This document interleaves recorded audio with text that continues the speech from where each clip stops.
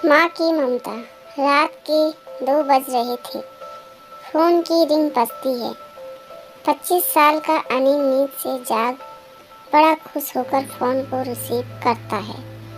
खुश इसलिए होता है क्योंकि उसकी नई नई गर्लफ्रेंड बिना टाइम देखे कभी भी उसको फ़ोन कर देती है। फ़ोन की दूसरी तरफ से आवाज़ आती है, जन्मदिन मुबारक हो बेटा, आज मेरा बेटा पूरे 25 साल का हो गया है। मैं बहुत खुश हूँ। माँ की आवाज़ सुनते ही अनिल के चेहरे के एक्सप्रेशन बदल जाते हैं। वो गुस्से में बोलता है, माँ तुझे समझ नहीं आता क्या? इतनी सी बात के लिए मेरी नींद खराब कर दी। यह बात तो तू मुझे सुबह भी बोल सकती थी। इतना कहकर वह फ़ोन काट देता है। थोड़ी देर बाद फिर से फ़ोन की रिंग बजती है। अनिल फिर से फ़ोन उठाता है और इस बार फ़ोन पर पापा होते हैं। अनिल इस बार आराम से बात करता है। थैंक यू पापा, आपने मुझे बर्थडे विश करने के लिए फ़ोन किया, वो भी इतनी रात को।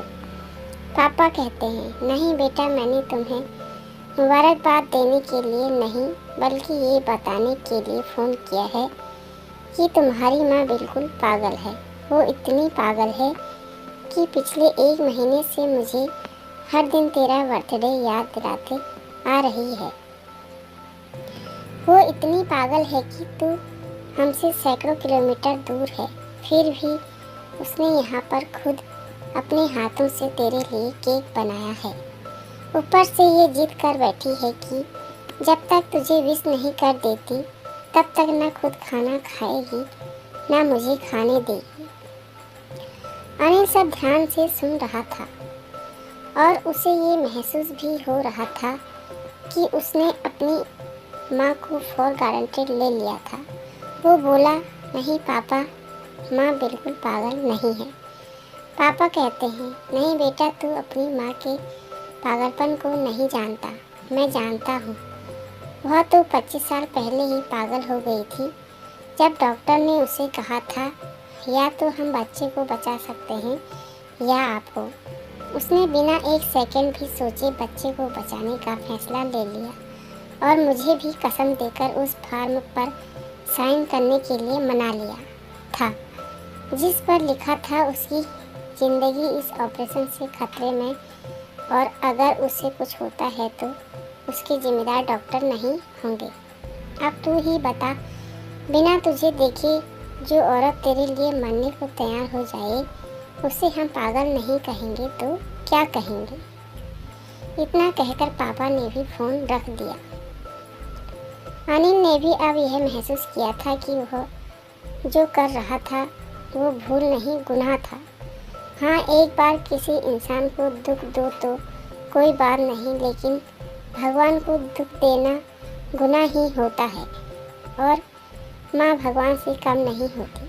पछतावा के आंसू उसकी आंखों से बह निकले।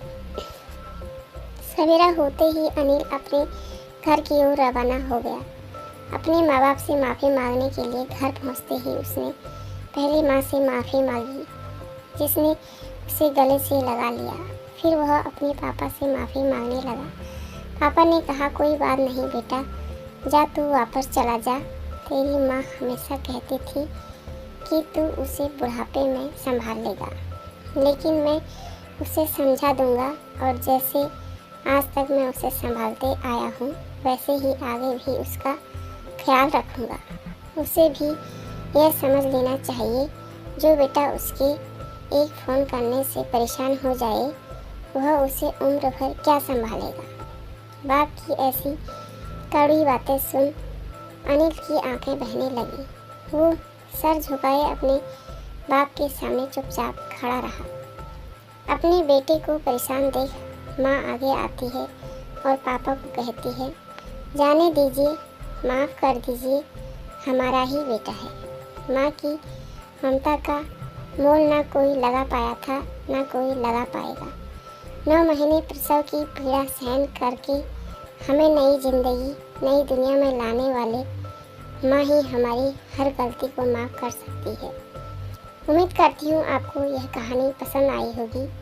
कहानी पसंद आए तो प्लीज़ लाइक शेयर सब्सक्राइब करें और अपना विचार कमेंट में ज़रूर बताएं। धन्यवाद।